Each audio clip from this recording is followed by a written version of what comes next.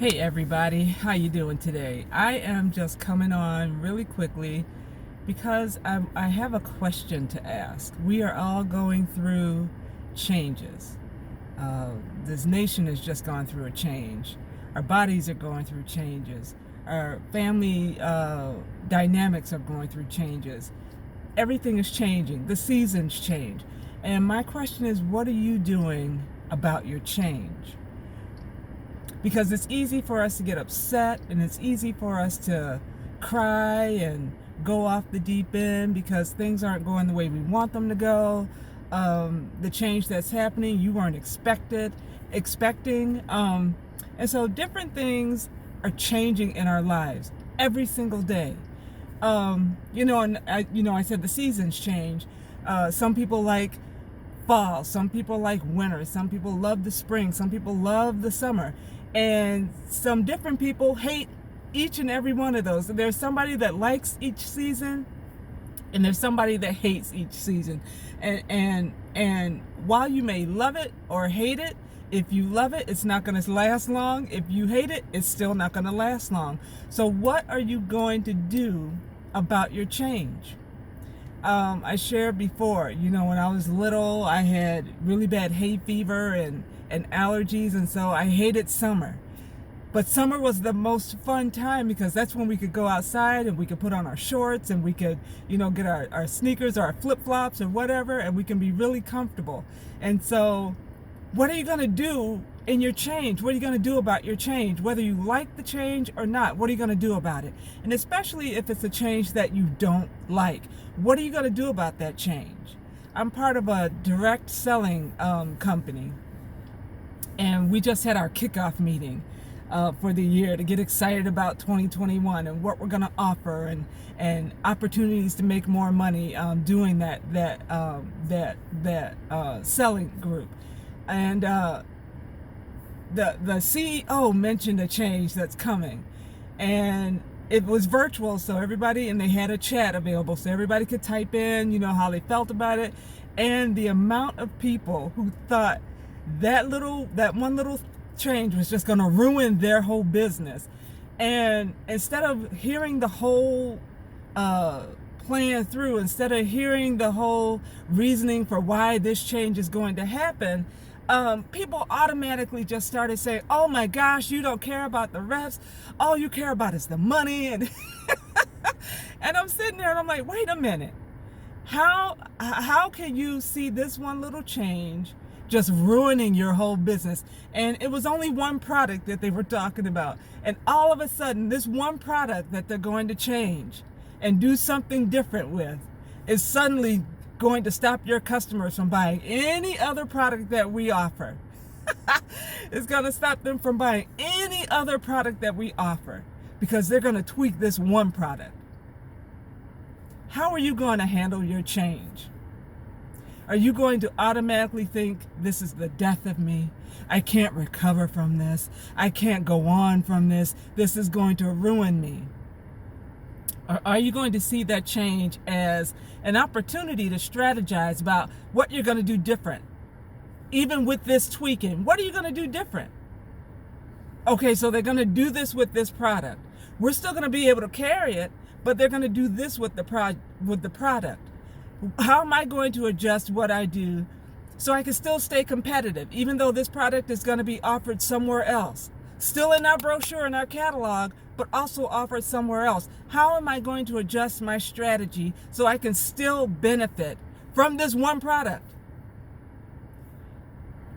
Seeds, gardeners, we're growing different things, and I love trying different things. I'm sharing, different things as far as the pomegranate seeds and different things like that. I'm willing to try to grow whatever I can in my area. I'm willing to try it, especially if it's something I know I'm going to eat. I'm willing to try it. I'm willing to try a different way of growing it. I'm willing to try growing it itself, whatever it may be. I'm willing to try it. And if I see that a way is not working, I'm not totally discarding it, But if I get suggestions from my brothers and sisters in the gardening community and they tell me a way that I could try this, or hold on, don't discard it altogether, hold on and see what happens. Give it a month or two, give it a couple of months, whatever. I'm willing to try it because I still want to be successful. And at the end of the day, if I find that I'm not successful with that, at least I tried it. What are you doing with your change? The weather is about to change. What are you going to do with that? How are you planning for that? Your circumstances with the COVID, everything has changed with that. How have you handled that change? My husband and I, we work for the state. And so while the state shut down last March, we were able and fortunate enough that the state allowed us to work from our homes. And so I had to make a change in how I did my day-to-day, because in the office, I've got my files, I've got my desk, everything is set up the way I like it, that it helps me navigate my day, when I go out on my visits, how I make my plans and all that. And we had to change. We had to make a change in how we still do our job. So now I've got a home office in the basement. My husband's upstairs in one of the extra rooms up there because we're both on the phone and we need our space to have our private conversations with our providers and clients and all that we have to do. But we had to change. We had to adjust. We had to navigate our change. And it has worked. It has worked. We've had bumps in the road here and there because while we work for the same entity, and we are in our office, we're in the same office, but we're in separate areas of the office, right? So at our home, we are with each other 24/7, literally 24/7. And that took some adjusting for us. Because I have a style in the way I manage my work. He has a style in the way he manages his work. We had to make an adjustment. We had to work with our change. And while it benefits us and saves us on our gas, that we don't have to leave an hour early to make sure we get to the office on time, we still got to clock in at 8:30 on time. We still have to be on time for what we are required to do. But there's a benefit that we don't have to get up that extra hour early so we can stay in the bed a little longer. We had to manage that change. And I'm asking you today, how are you managing change? Whatever change is for you. The loss of a loved one, huge change. Especially if you're super close to that person, whoever it may be. You still have to navigate that change. There is a mourning process you go through. There is a time of grief that you go through. But after a certain time, we got to navigate that. We got to remember that loved one. I remember when my mother passed. It took me a minute to get over that. But I also understood that if I didn't get over that, she would be disappointed with me. She would not want me sitting around crying and boo-hooing and snotting every day. Because she's gone. Yes, she would want me to miss her, and I do. But she would not want me sitting back here crying every day, month after month, year after year. And while I do shed tears every now and then when I think about her, it doesn't paralyze me to the point that I can't move on. I know that she would be proud of me and the milestones that I have made and reached since she's been gone. I've had 11 years to move on and to deal with that change. How are you dealing with yours? You still crying that your boyfriend that you invested so much time and energy in walked out on you, found somebody else? After all that you did for him, he had the gall and the audacity to find somebody else. Honey, let me tell you something. You ought to be shouting. You ought to be thanking the Most High. You ought to be going on with your life. Divorce. I have never experienced divorce. I don't plan to, but I know it happens. You still got to move on. And even if you have children in the picture, you still have to navigate that change. You may be mad as hell at him for leaving you, or cheating on you, or deciding this just isn't working, I'm not happy, I want something different. But you have children involved. You still have to navigate that change. And you need to do it in a positive way so that it's not affecting your children's outlook on dad or outlook on mom, whatever the case may be. And allow them to navigate the change. They're living with you, or you got the joint custody 50-50, and you and the ex, you are working this out as best you can, trying to be the best adults during this process as you can, while still raising your children and encouraging your children to have healthy relationships, and to remind them not all relationships fail, and all of that.